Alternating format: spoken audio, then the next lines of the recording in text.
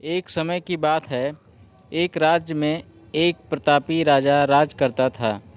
एक दिन उसके दरबार में एक विदेशी आगंतुक आया और उसने राजा को एक सुंदर पत्थर उपहार स्वरूप प्रदान किया।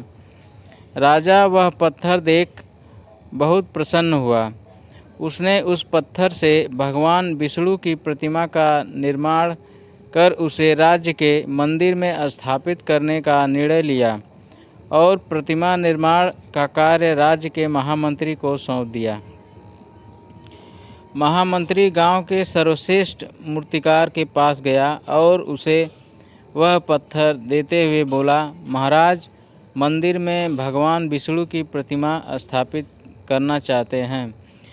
7 दिन के भीतर इस पत्थर से भगवान विष्णु की प्रतिमा तैयार कर राजमहल पहुंचा देना। इसके लिए तुम्हें 50 स्वर्ण मुद्राएं दी जाएंगी।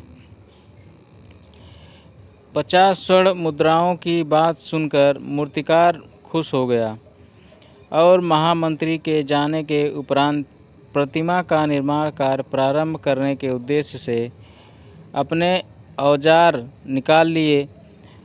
अपने औजारों में से उसने एक हथौड़ा लिया और पत्थर तोड़ने के लिए उस पर हथौड़े से वार करने लगा, किंतु पत्थर जस का तस रहा।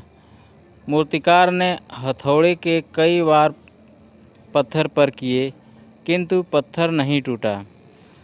50 बार प्रयास करने के उपरांत मूर्तिकार ने अंतिम बार प्रयास करने के उद्देश्य से हथौड़ा उठाया, किंतु यह सोचकर हथौड़े पर प्रहार करने के पूर्व ही उसने हाथ खींच लिया कि जब 50 बार वार करने से पत्थर नहीं टूटा तो अब क्या टूटेगा।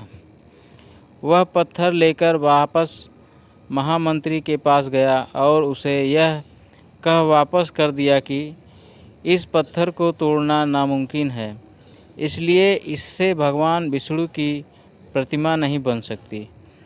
महामंत्री को राजा का आदेश हर स्थिति में पूर्ण करना था, इसलिए उसने भगवान विष्णु की प्रतिमा निर्मित करने का कार्य गांव के एक साधारण से मूर्तिकार को सौंप दिया। पत्थर लेकर मूर्तिकार ने महामंत्री के सामने ही उस पर हथौड़े से प्रहार किया और वह पत्थर एक बार में ही टूट गया।